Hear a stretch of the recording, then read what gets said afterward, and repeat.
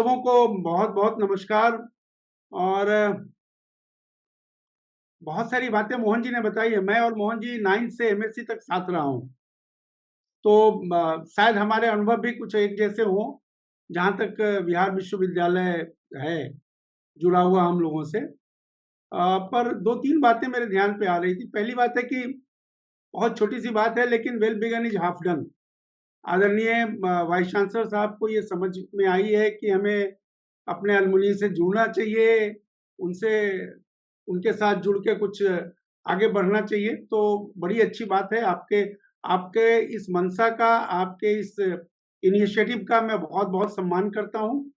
और I am quite impressed कि संजय ने बहुत सारी बात बताई है। संजय जी ने कि कौन कौन से मॉडल हैं, कैसे हम जुड़ते हैं अपने एलुमनी से। उन्होंने बॉम्बे यूनिवर्सिटी के मॉडल बताए, आईआईटीज के मॉडल। दैट मीन्स कि they have already done their homework, so that they are very inspiring and very reassuring kind of thing. uh, I have a lot of experience of with working with the education department. I was commissioner tribal development in Gujarat and managed the Eklavya model residential schools, more than 500 at that point of time.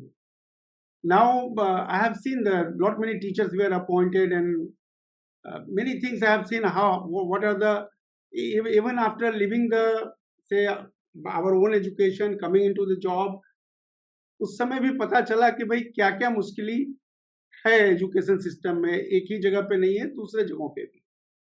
पर एक बात जो मोहन जी ने कहा वो उसको मैं पहले शुरुआत करना चाहता हूँ कि बिहार यूनिवर्सिटी से पढ़ने के बाद देश के भी अच्छी से अच्छी संस्थान में पढ़ने का मौका मिला। मैंने अपनी एमबीए आईआईएम बेंगलोर से करी, बाहर भी विदेशों में भी जाके पढ़ने का मौका मिला।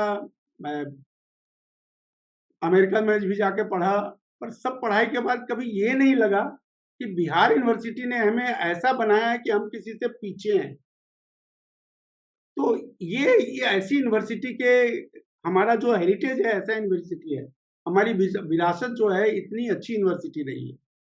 और जब मैं याद करता हूँ उस समय की चीजें, तो संसाधन, इंफ्रास्ट्रक्चर, रिसोर्सेस, इन सबों में अगर देखा जाए तो human resource was the most important.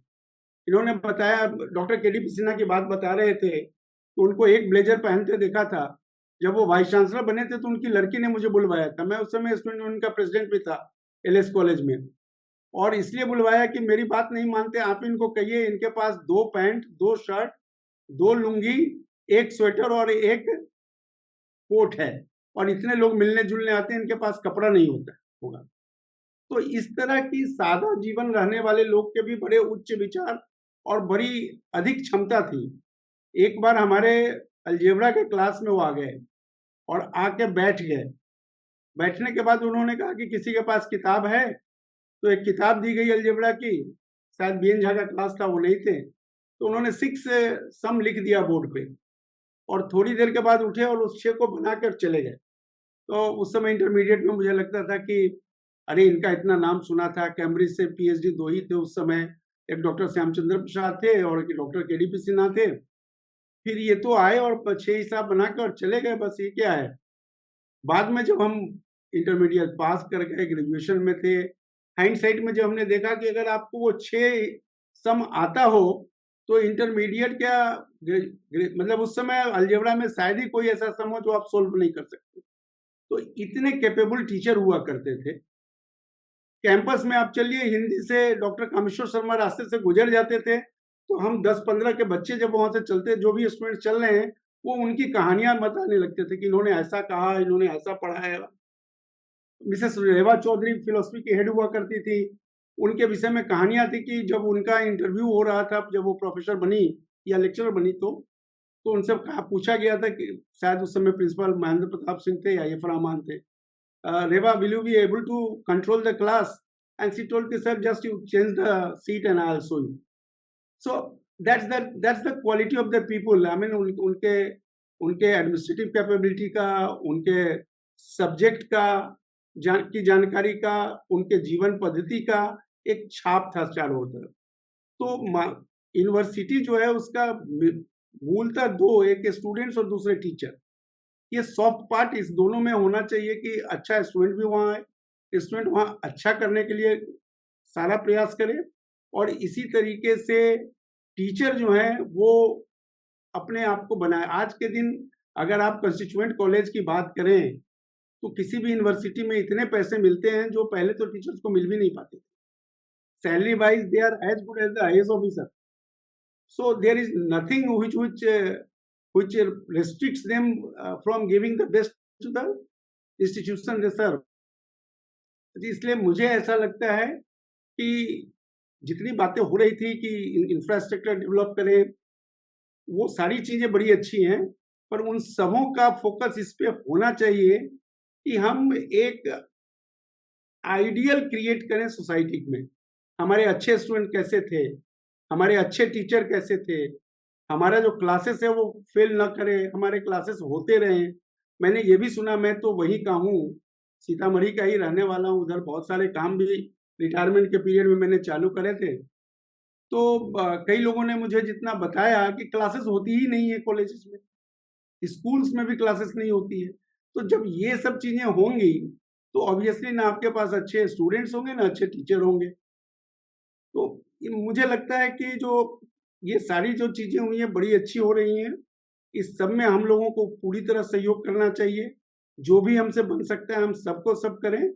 लेकिन जो बेसिक एम है एक इंस्टीट्यूशन का, यूनिवर्सिटी का, जहाँ पर एजुकेशन की क्वालिटी, जहाँ पर टीचर्स की क्वालिटी, जहाँ पर स्टूडेंट्स की क्वालिटी मैनेज हो अच्छे ढंग से, क्रिएटिविटी लाई जा सके, उनका स्किलफुल बनाया जा सके। आजकल तो वो भी एक प्रॉब्लम है कि लोगों के पास डिग्री है पर उनका एम्प्लॉयबल नहीं है, और अगर किसी को डिग्री और एम्प्लॉयमेंट ना मिलता हो तो फिर बड़ी मुश्किल होती है, वो सोसाइटी और डिग्रेड होना लगता है।